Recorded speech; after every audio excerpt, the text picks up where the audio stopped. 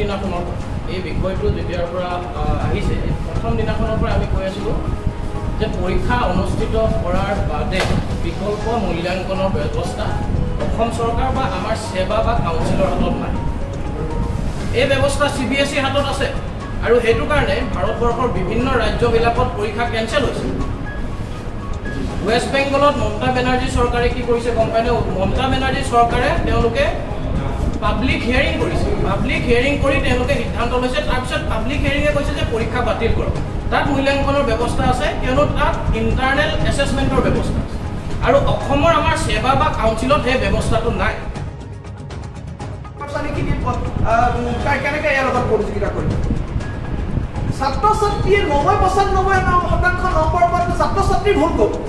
এজন ছাত্ৰ ছাত্ৰীয়ে অধ্যয়ন কৰিছে, তেওঁ কষ্ট কৰিছে, তেওঁ পাব পাৰে 90-95% নম্বৰ। তাত ছাত্ৰ ছাত্ৰীসকলৰ দুখ নাই নহয়।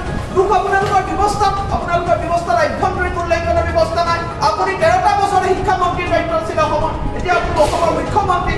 আপোনালোকৰ আভ্যন্তৰীণ মূল্যাংকনৰ ব্যৱস্থা নাই। আপোনালোকে পৰীক্ষা অনুষ্ঠিত কৰিবলৈ সাহস নকৰিলে। সকলোৱে কৈছিলে আমি ছাত্ৰ মুক্তি অভিযোগ মেমৰি নাম দিছিলোঁ, পৰীক্ষাৰ কেন্দ্ৰৰ সংখ্যা আপোনালোকে বঢ়াই দিয়ক, আপোনালোকে বিশেষজ্ঞ সমিতি গঠন কৰি গোটেই চেনিটাইজ